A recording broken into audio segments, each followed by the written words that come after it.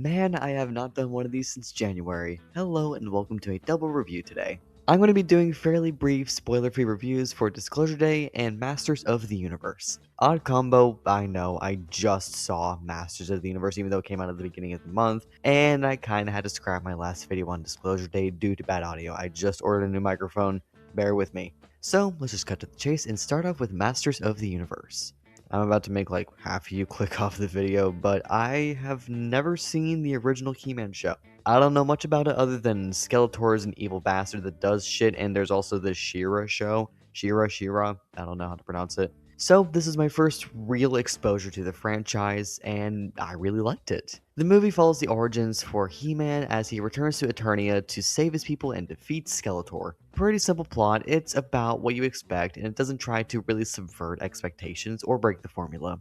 It actually embraces the camp, and cringe for lack of a better term, I can respect it. It doesn't try to be profound, it just sticks to what it does best. Have fun. The sets and the costumes here are just immaculate, really drawing us into this vibrant world. Even if the CGI and green screening is a bit fugly at times, the overall visual energy is spectacular. The stacked cast here also does a phenomenal job, including Jesse fucking Adams from Spree. Hello, jump scare. Where's Jokiri? I mean, we got Idris Elba, we got the guy from Bottoms. We got a whole bunch of actors here that are really good. Unfortunately, on that note, I am incredibly saddened to report that Jared Leto as Skeletor was the best part of the movie. And I'm not saying that because the movie was bad. It's actually a really good, fun action movie with a lovable cast and great action. I mean that. This is actually a really good version of Skeletor, and he steals every single scene he's in. They create this perfect balance of comically evil and just incredibly menacing and cruel. He is genuinely hilarious at times and is the embodiment of evil bisexual, like Dio from JoJo's Bizarre Adventure levels of evil bisexual. And that's not just me stereotyping, there's literally a scene where he mentions and I'm paraphrasing but mostly quoting here, the big dangling sword between He-Man's glorious thighs, while looking down at his dick. Happy Pride Month, I guess. I'm not exaggerating when I say that this is my favorite part of the movie, and I fucking hate Jared Leto so much. It's really good. It's a really good performance. I mean, all of the performances here are pretty good. Some of the characters do get kinda snubbed a bit. Other than He-Man and Skeletor, they do feel a bit weak at times, but these two in particular, and especially Skeletor, are really strong. Putting my love for this mean girl gay skeleton aside, the main cast is pretty fun and endearing, especially He-Man himself. I absolutely loved him here. But my central problem with them, and this movie as a whole, is the humor. It's constant and not in a Naked Gun Legacy sequel from last year way. It feels like an extreme version of D&D Honor Among Thieves, which I can use as a metaphor for the whole movie, honestly. It's fun, action-packed, fantastical, hilarious at times, but a lot of the humor can really be toned down. It's a pretty simple, predictable action movie, but it makes up for its shortcomings with fun characters, flashy fights, and arguably Jared Leto's best performance since Dallas Buyers Club. I cannot tell you how pissed I am about this. Nothing more, nothing less, just a fun standard action movie and that He-Man flashiness. Go check it out while it's still in theaters, take some family with you, and have a good time.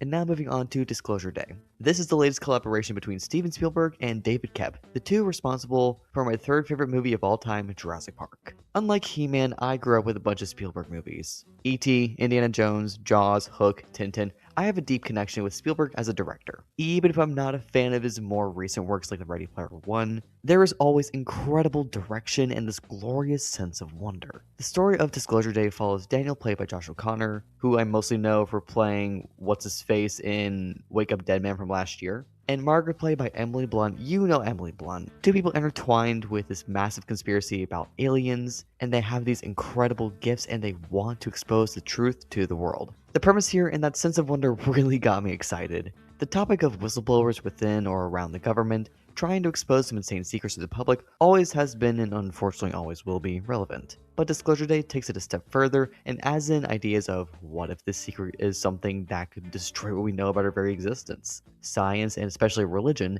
is brought up a lot from multiple perspectives, which is a pretty interesting topic to throw into the mix. Bouncing between these ideas and moral debates, there are so many perspectives that we're given to think about. The acting here, for the most part, is absolutely fantastic. Emily Blunt especially is the real star of the show here, with her ability being so erratic, having her switch entire states of mind and persona right on a dime. I will genuinely be surprised if she's not nominated for Best Actress, or something in one of those categories. We have a great cast of people who can put on a damn good performance even with a so-so script. You really get invested in these characters, dive deep into the lore, partly due to the storytelling itself, which I'll get into shortly. Also, John Williams did the soundtrack here, let's fucking go. That Spielberg grandiose wonder is present here, in blips I will admit, from these grand plans to these extraterrestrial elements. It almost made me feel like a kid again at points, watching alien movies with a sense of something beyond our world becoming tangible, something again like E.T. The third act had me locked the fuck in. The actual Disclosure Day moment really took my breath away. That news reporter actress in the green dress put on a fucking amazing performance. I don't know who that is, but holy shit,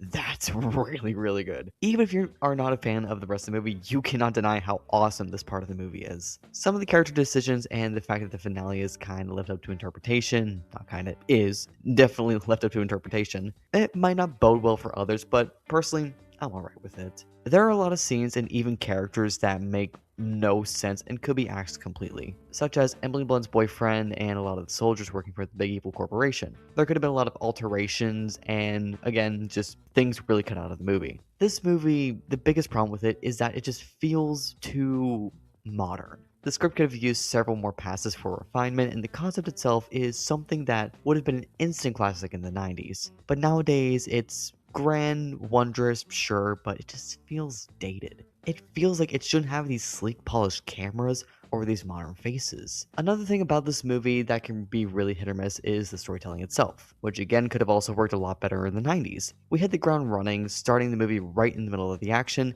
and it forces us to piece together the lore through drops of exposition and history. It's more aligned with something like The Mummy in that sense. All these faults and ideas that make it feel dated aren't necessarily bad, but it does feel kind of unfinished. Not like Psycho Killer levels of unfinished. God, no. It's on Hulu now and I keep seeing it. I'm not rewatching that shit. I think it's at like my bottom 2 spot for the year. It again feels like a script that was from the 90s that was dusted off a couple years ago and then turned into a modern blockbuster while still technically only being like a second draft or something. It has this bit of identity crisis where it's both a 90s classic and a modern, sleek action flick. It's not a bad movie by any means, but it really could have used some refinement. If it really truly embraced the 90s style characters, plot, and script, then implemented that in more technical aspects like the camera work and lighting, it would have been absolutely fan-fucking-tastic. Perhaps the budget wasn't big enough. I mean, with how the CGI looks, it could have been the case. It's not bad, but it really isn't for everybody. If you're interested in the plot, set your expectations adequately and enjoy the movie. It's not some crazy alien overtake. In fact, the aliens themselves are kind of a background thing for a majority of the movie. It's more of a theme and commentary movie. Commentary on how organizations in power will withhold vital information, whether or not we have a right to know the information, all that kind of stuff. It's no Schindler's List or Saving Private Ryan from the mind of Spielberg, but it's still a pretty fun movie. Overall, both movies are fun action flicks with great messages to take into heart. Perhaps even a good outing for the family. These are both family movies, technically. And while they're fun with many fantastic standout moments, there are things that do bog them down from being something truly exceptional. Both movies could have had about 25 minutes either cut or altered to better the script. Both could have had better effects, and both could have had at least another passover on the script or two. But all in all, they're still fun. I had a good time with them, and I can understand why some people might feel one way or another. And if that's your jam, go check them out. That'll do it for me today. Thank you so much for watching. I've got 2 more videos coming out fairly soon, being reviews on Leviticus, which I'm super excited for. Happy Pride Month. And Toy Story 5. Yes, I know I cover a lot of horror movies and I mostly talk about horror. Yes, I'm watching Toy Story 5. I'll get more into it when that video comes out. It's certainly a contrast. It's the new Barbenheimer. So stay tuned for those, but in the meantime, stay safe, take care, and I'll be seeing y'all soon.